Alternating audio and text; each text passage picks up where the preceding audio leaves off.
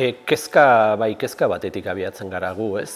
Elkarrekin hobe, bada nolabait euskal lurraldeen arteko artikulazioari aurre egiteko, esan ezagun ikuspegi bat, edo paradigma bat, edo nola azaldu filosofia bat, ez? Eta da pentsatzea euskal lurralde guztietako herritarroi komeni zaigula elkarrekin aritzea momentu historiko honetan, eta beraz hobe biziko garela, hobe egonen garela elkarrekin balin bagaude.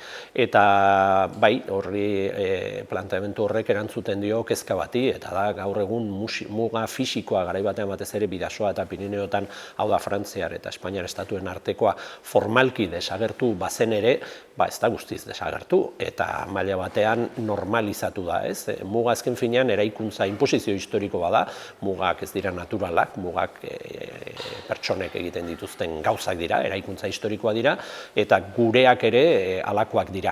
Baina ez dira bakarrik horiek, muga horiek existitzen dira, estatuen artekoa, Espainiar estatuaren barnean, komunitate autonomoen, hau da Euskal Herriari dagokionez, komunitate autonomoen arteko muga ere badago, baina hor ere badago muga horien sedimentazioa, nolabait muga horiek barneratu ditugu, irentsi ditugu, eta askotan konturatzen ez bagara ere, eta horren gainetik joan nahi badugu ere, erreproduzitzen dugu muga horren logika. Hau da, kezka horretatik ekin diogu ikastaro honi, eta iruditzen zaigu, benetan pentsatu behar dugula nun dauden mugak gaur egun, nundik datozen, eta batez ere ze praktika, ze ideiak, ze irudi, ze metaforek balio duten muga horiek kolokan jartzeko eta euskal lurraldeen arteko artikulazioa bestela pentsatzeko.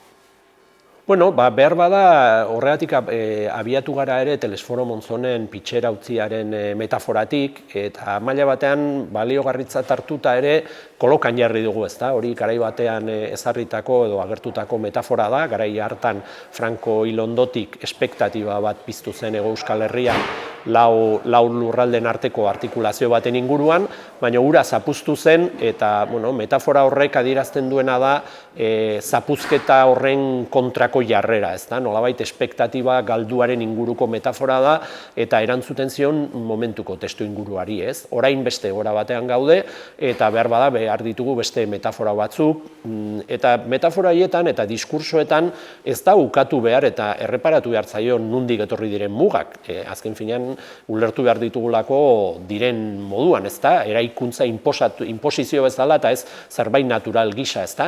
Baina une berean galdetu behar diogu gure buruari zeren arabera eraikitzen alden espektatiba eta ilusio partekatu bat Euskal Herrian, egungo Euskal Herrian. Iraganak bere garrantzia izan dezake, baina batez ere gure ustetan etorkizunean elkarrekin egoteko desiraren inguruan, gogo horren inguruan eraiki behar da lurralde artikulaziorako egitasmoaren edo funtsa edo fundamento nagusia. Bai, hau UEurekin eta Udalbiltzarekin batera egiten dugu Iratzar Fundaziotik, guri elkarlana asko interesatzen zaigu, uste dugu gauza harik egiteko modurik onena dela, eta muga gainditzeko behar horri erantzuten dio ikastaroak, ez? Muga gainditzeko gogo horri, bai termino teorikotan, simbolikotik, hau da, zen mugak ere desegiten dira simbolikoki, eraikitzen dira simbolikoki, ez dira bakarrikan eraikuntza fisikoak, badira eraikuntza simbolikoa, iruditeria mailan egiten direnak, eta maila horretan deseraiki nahi balin baduzu muga bat, fisikoki eta simbolikoki deseraiki behar duzu, ez?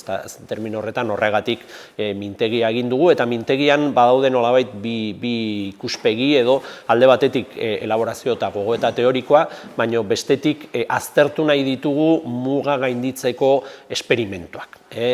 Praktika horiei erreparatu nahi diegu, praktikak azken finean inspirazioak behar dituzte, praktikek inspirazioa behar dituzte, eta horregatik ekarpen teorikoa oso importantea da, pentsamendua oso importantea da, baina pentsamendu horrekin batera behar dira jarduerak, behar dira praktikak, eta horiek batez ere arratsaldeko partean eginen dugu, eta iruditu zitzaigun oreka bat lortu zitekela horrelako hurbilpen teoriko eta azterketa praktikoen artean.